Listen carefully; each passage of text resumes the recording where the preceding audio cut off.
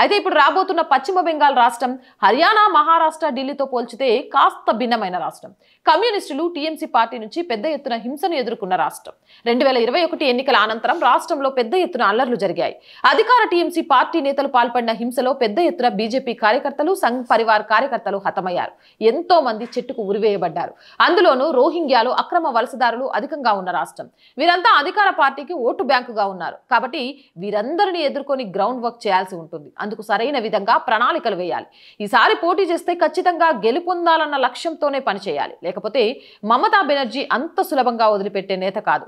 ఈ విషయం 2021లోనే స్పష్టమైంది. అందుకే బీజేపీ, సంఘ్ పరివార్లు పశ్చిమ బెంగాల్పై కీలక దృష్టి సారించారు. ఎన్నికలకు సరిగ్గా ఏడాది సమయం ఉంది. మొదట 6 నెలలు గ్రౌండ్ వర్క్ చేస్తుంది ఆర్ఎస్ఎస్. స్థానికంగా ఓటర్లను కలవడం, వారి కష్ట నష్టాలను తెలుసుకోవడం, వారికి ఏమేం కావాలన్న విషయాలపై లిస్టు తయారు చేయడం జరుగుతుంది. ఈ అంశాలను ఆధారంగా రాష్ట్ర బీజేపీకి నివేదికను అందజేస్తుంది. అందుకు అనుగుణంగా ఏ అంశాలను ఆధారంగా చేసుకుని ఎన్నికలకు వెళ్లాలన్న దానిపై కమలం పార్టీ ఓ క్లారిటీకి వస్తుంది. దీంతో పాటు మరో 6 నెలల సమయంలో రాష్ట్ర ప్రజలను కలిసి కేంద్ర ప్రభుత్వ పథకాలను వివరిస్తుంది. కేంద్రం నుంచి ఏమేం వస్తున్నాయి, దానికి రాష్ట్ర ప్రభుత్వం స్టిక్కర్లు అంటించుకుంటుందా, బీజేపీ అధికారంలోకి వస్తే ఏమేం చేస్తుందన్న విషయాలపై ప్రజలకు వివరిస్తుంది సంఘ్ పరివార్. దీంతో ప్రజల్లో టీఎంసీ కంటే బీజేపీనే మేలన్న భావనను తీసుకొచ్చేందుకు ప్రయత్నిస్తుంది. ఇక చివరిది ఎన్నికలకు సరిగ్గా 3 నెలల ముందు మొదలవుతుంది. అదే అభ్యర్థుల ఎంపిక.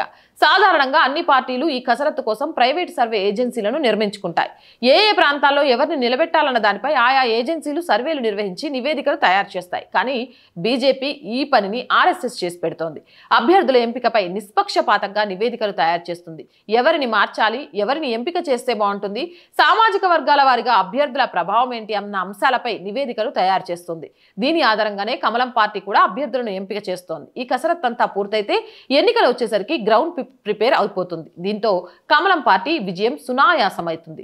పశ్చిమ బెంగాల్లో 2021లో మమతా బెనర్జీ అధికారంలోకి వచ్చిన వెంటనే రాష్ట్రంలో పెద్ద ఎత్తున అల్లర్లకు పాల్పడటం, అందులో సంఘ్ పరివార్ కార్యకర్తలు మరణించడాన్ని ఆర్ఎస్ఎస్ సీరియస్ గా తీసుకుంది. మమతను గద్దె దించాలనే లక్ష్యంగా భారీగా పాములు కలిపేందుకు సిద్ధమైంది. అందుకే ఇప్పటి నుంచే గ్రౌండ్ వర్క్ ను సిద్ధం చేస్తున్నట్లు సమాచారం. అందులో భాగంగానే ఆర్ఎస్ఎస్ చీఫ్ మోహన్ భగవత్ గారు 10 రోజుల పర్యటన నిమిత్తం పశ్చిమ బెంగాల్లో అడుగుపెట్టినట్లు సమాచారం. మరి ఏమంటారు? హర్యానా, మహారాష్ట్ర, ఢిల్లీ, నెక్స్ట్ పశ్చిమ బెంగాలేనా? పశ్చిమ బెంగాల్లో కాషాయ జెండా ఎగరబోతుందా? దానికి ఆర్ఎస్ఎస్ కీలకంగా మారబోతుందా? ఆర్ఎస్ఎస్, బీజేపీ 2 జట్టు కడితే అక్కడ ఉన్న మతతత్వ పార్టీలకు లేదా ప్రజలను హింసించే పార్టీలకు చెక్ పెట్టినట్టేనా? మీ అభిప్రాయం ఏంటి? కామెంట్ సెక్షన్లో పెట్టండి.